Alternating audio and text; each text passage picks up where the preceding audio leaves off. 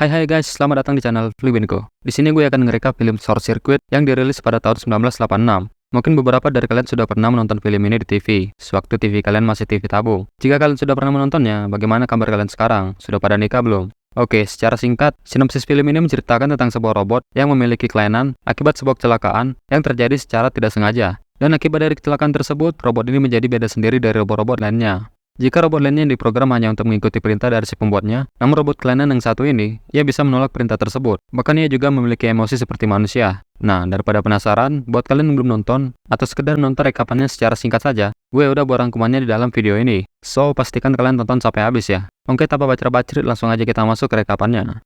Di awal film kita diperlihatkan dengan sebuah tank beserta mobil yang mengangkut para tentara. Juga terdapat beberapa robot perang yang diprogram dan didesain untuk melawan tentara tersebut. Robot-robot ini menembaki laser ke arah mobil beserta tank yang dinaiki tentara itu, yang mengakibatkan mobil beserta tank tersebut meledak. Namun di sini kalian tak perlu khawatir akan keadaan para tentara yang meledak di dalam kendaraan militer itu, karena ini semua hanyalah sebuah simulasi. Dan para tentara yang ada dalam mobil beserta tank sebenarnya hanya sebuah boneka saja. Dr. Manner selaku pemimpin dari perusahaan Nova Robotics sedang melakukan presentasi atas robot perang dari buatan perusahaannya ke para petinggi-petinggi militer negara. Di tengah-tengah presentasi, awan terlihat mulai mendung dan sepertinya akan terjadi hujan petir. Dr. Manner pun membawa para petinggi militer ini untuk melanjutkan presentasi di dalam laboratoriumnya. Ketika sampai di lab, Dr. Manner kembali berdiskusi dan melanjutkan presentasinya. Sementara robot-robot perang simulasi tadi dicas atau diisi ulang dayanya menggunakan generator listrik yang terhubung langsung dengan tiang listrik. Oke, kita pindah ke scene selanjutnya. Di sini kita diperkenalkan dengan Dr. Crosby, yaitu seorang yang merancang dan memprogram robot-robot perang ini. Dr. Crosby berdiam diri di labnya sambil bermain dengan robot ciptaannya. Sampai kemudian, temannya yang bernama Ben memanggilnya ke lab untuk ikut diskusi dan presentasi dengan Dr. Manner. Alasan kenapa dari awal tadi Dr. Crosby diam di labnya dan tak mau ikut presentasi, dikarenakan sebenarnya ia kurang setuju kalau robot ciptaannya dijadikan alat perang. Namun ia tanpa Dr. Manner selaku pemilik perusahaan besar yang mendanai dan memperkerjakan Crosby, ia tak punya pilihan. Namun kemudian akhirnya Crosby keluar dari labnya dan ikut berdiskusi dengan Dr. Manner beserta para petinggi-petinggi militer lainnya.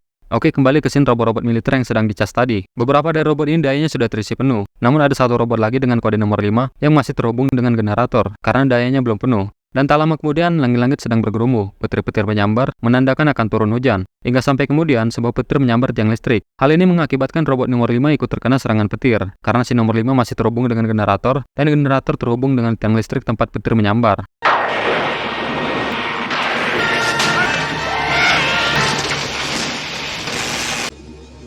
Para teknisi yang bertugas mengisi daya dari robot-robot ini mengecek si nomor 5, dan ia melihat tak ada kerusakan fatal di sini. Nomor 5 masih bisa menjalankan perintah dengan normal, dan akan dibawa kembali ke Dr. Manner di lab, yang akan melanjutkan presentasinya. Robot-robot ini berjalan dengan sendirinya menuju ke lab tempat Dr. Manner berada. Namun si nomor 5 ini malah berbelok sendiri dan nyasar ke tempat lain, sampai akhirnya sebuah robot pengantar sampah lewat dan menabraknya. Hingga si nomor 5 terdorong dan ikut masuk ke dalam truk pemuat sampah yang hendak dibuang.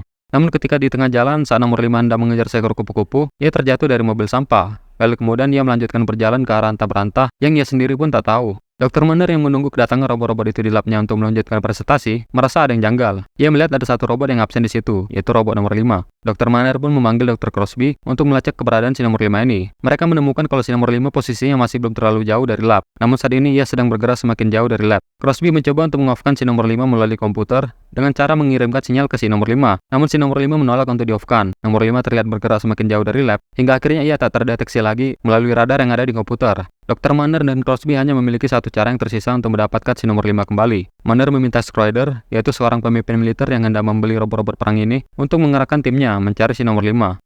Di tengah-tengah pencarian, anak buah Strider yang bertugas untuk mencari si nomor 5 ini merasa menabrak sesuatu di mobil mereka. Dan ternyata tak lain itu adalah si nomor 5. Mereka berusaha untuk mengejar dan menepikan si nomor 5. Sampai kemudian, di depan jalan ternyata sedang ada perbaikan. Mau tak mau anak buah Strider pun menghentikan mobilnya. Sementara si nomor 5 melaju terus hingga ia keluar dari jalur. Nomor 5 menggunakan parasutnya dan mendarat di sebuah truk makanan. Namun pemilik truk ini tak menyadari kalau ada sesuatu yang mendarat di atap truknya. Dr. Manner meminta Crosby dan temannya Ben mencari si nomor 5 hingga dapat menggunakan mobil van yang berisi alat-alat yang dibutuhkan untuk melacak si nomor 5 ini. Pokoknya kalian cari sampai dapat si nomor 5 itu. Tak mau tahu aku. Harganya satu biji $11 miliar anjir. Alas lo, Wak. Nanti dapat itu sama aku.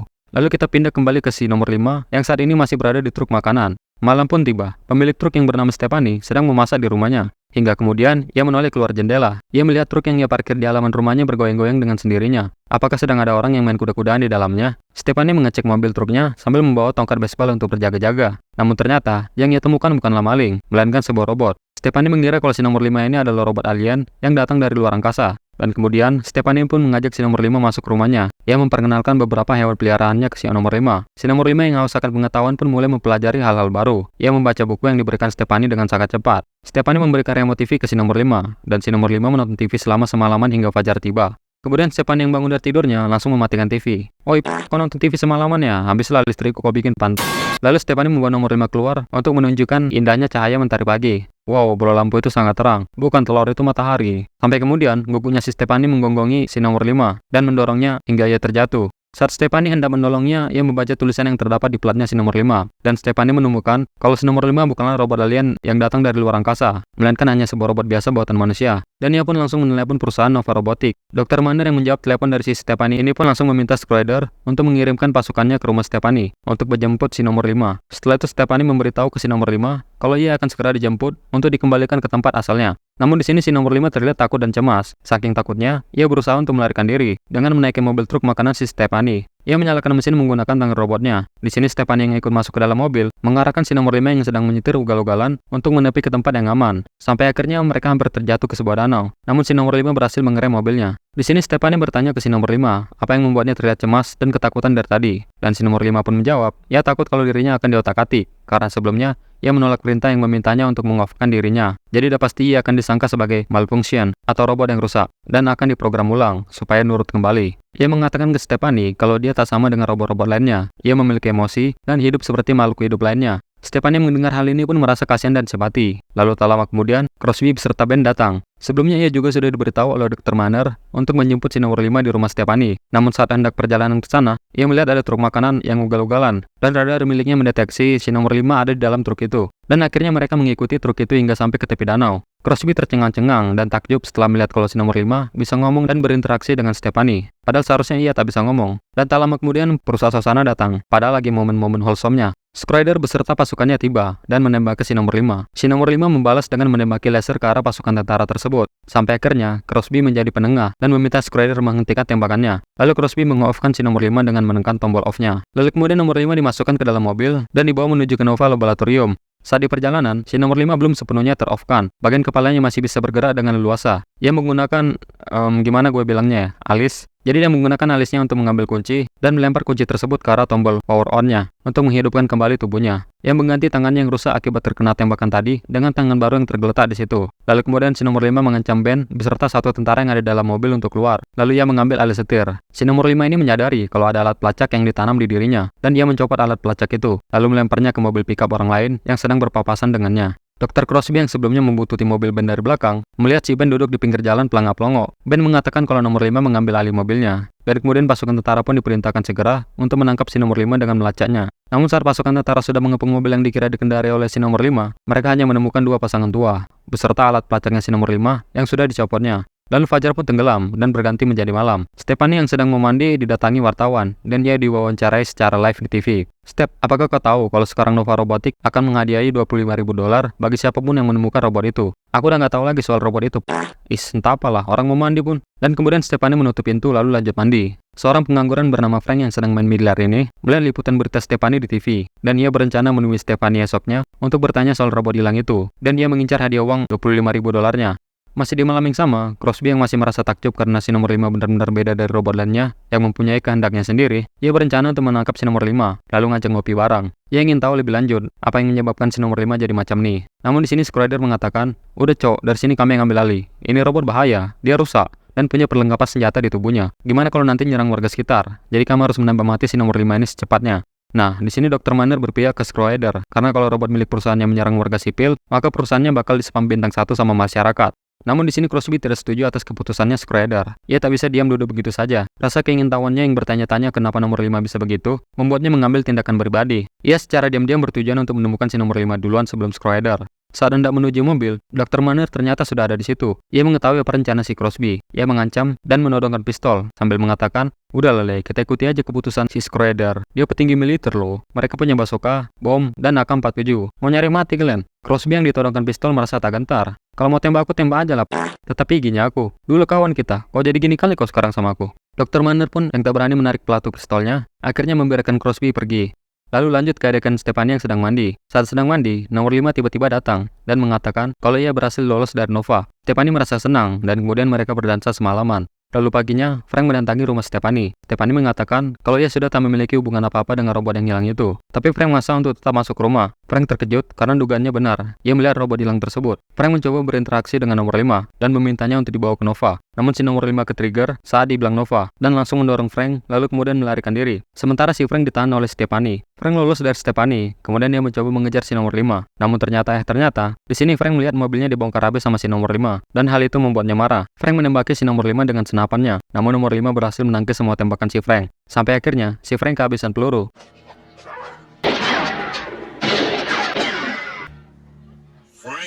Lalu kemudian dia mengambil tongkat besi, lalu memukul si nomor 5. Stephanie mencoba menghentikan si Frank, namun gagal. Lalu si nomor 5 menembaki laser ke si Frank. Hingga akhirnya, Frank menyerah dan melarikan diri. Frank juga mengatakan kalau ia akan segera melaporkan hal ini ke Nova. Stephanie merasa tak aman kalau ia dan nomor 5 tetap diam di tempat. Mereka berencana pergi menjauh menggunakan mobil truk. Namun ketika di tengah jalan mereka merasa buntu, karena suatu saat mereka pasti akan tertangkap oleh Nova. Nomor 5 memiliki ide untuk menelepon penciptanya, yaitu Crosby, karena ia yakin Crosby tak akan membunuh atau memprogram ulang dirinya. Namun di sini mereka tidak memiliki nomor Crosby, jadi Stephanie harus menghubungi Dr. Manner dahulu dan memintanya untuk menyampaikan ke Crosby kalau Stephanie ingin berbicara empat mata saja dengan Crosby di sebuah bar yang sudah ditentukan oleh Stephanie. Dan kemudian Dr. Manner pun menelepon Crosby dan menyampaikan apa yang diminta Stephanie tadi. Crosby setuju, namun ia ingin kalau pembicaraan mereka benar-benar hanya empat mata saja. Dr. Manner dan Schroeder tak boleh ikut. Dan kemudian tibalah Crosby serta Stephanie di bar yang telah ditentukan. Mereka ngobrol dan berbincang-bincang di situ. Sementara di sisi lain, nomor 5 menunggu percakapan mereka di luar, di halaman belakang bar. Dan tak lama datanglah saudara dari si robot nomor 5 ini, yaitu nomor 1. Dari sini si nomor 5 menyadari kalau tidak hanya Crosby saja yang datang menemui Stephanie. Nova juga datang, yang berarti Schroeder juga ada di sini.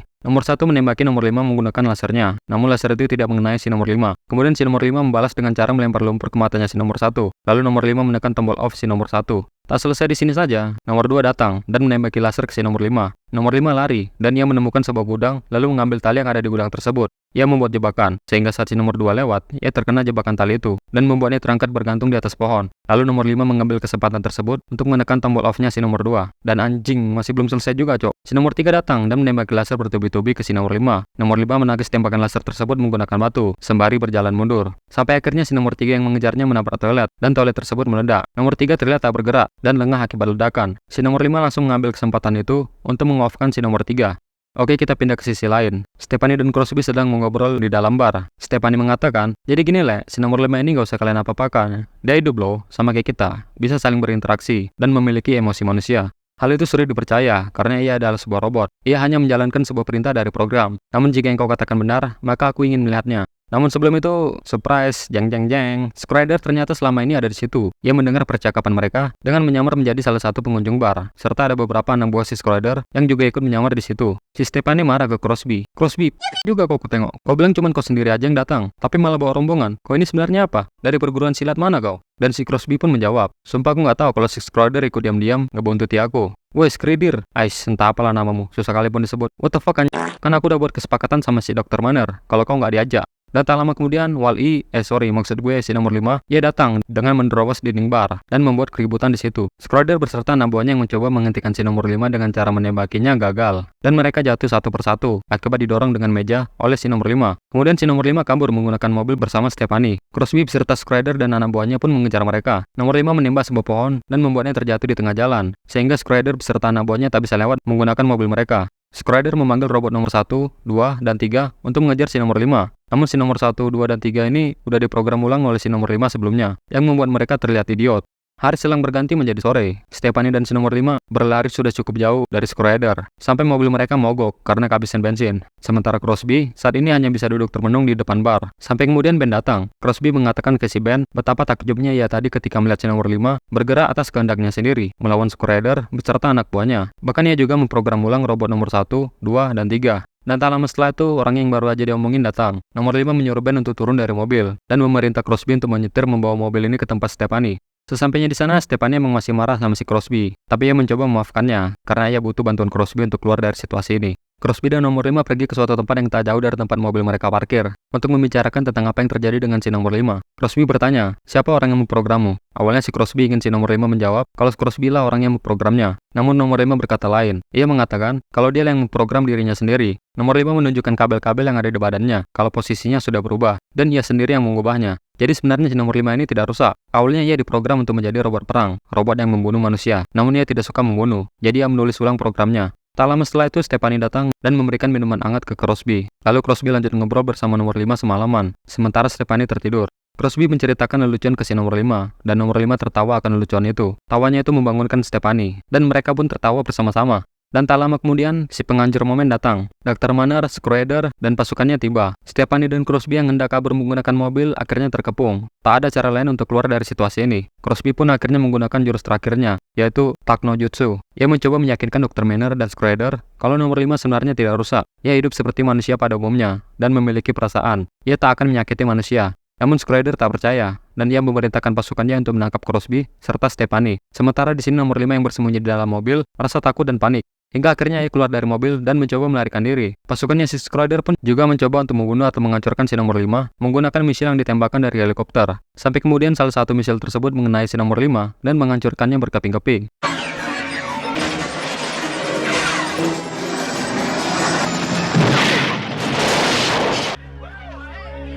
Schroeder beserta pasukannya merasa senang dan tertawa terbahak-bahak. Sementara Stephanie dan Crosby merasa sedih dan down. Crosby mengatakan ke Dr. Manner kalau ia mengundurkan diri dari perusahaan Nova Robotics. Ia tak akan membuat robot lagi di perusahaan tersebut. Stephanie dan Crosby pun pergi dari situ dan pulang menuju ke rumah dalam keadaan sedih. Tapi eits, jangan sedih-sedih dulu mas bro. Ternyata si nomor 5 selama ini bersembunyi di bagian bawah mobil. Robot yang meledak ditembak misil helikopter tadi adalah replika yang dibuat oleh nomor 5 dengan spare part seadanya yang ada di dalam mobil. Ia membuatnya saat Crosby sedang melakukan Takno Jutsu. Dan ya, ini adalah happy ending. Mereka bertiga selamat serta bahagia dan berencana untuk pindah ke kota yang jauh demi menikmati hidup yang tentram, jauh dari Nova dan Schroeder. Entah apalah nama si pantai satu ini.